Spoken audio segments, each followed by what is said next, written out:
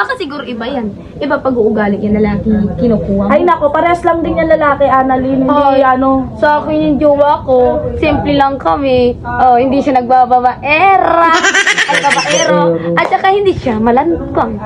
Basta, pag nakita niya ako, Hindi, basta ayos na pare-parehas lang talaga. yung lalaki na yan. Wala akong inaano. Sa ngayon, di na ako talaga magjojowa kasi nakakailang loko na sa akin yung mga lalaki. bakit kasi ikaw nagpapalungko lang sa mga lalaki? Ay, mo ganon, pala- tawan-tawanan mo ako. Ate mo ako, di ba? Oo nga, ate kita. Basta ano tatawanan mo lang ako. Wait lang, si ate kasi, ba't kasi ayan hinahanap ng lalaki na, ano, maayos ba yan sa buhay mo?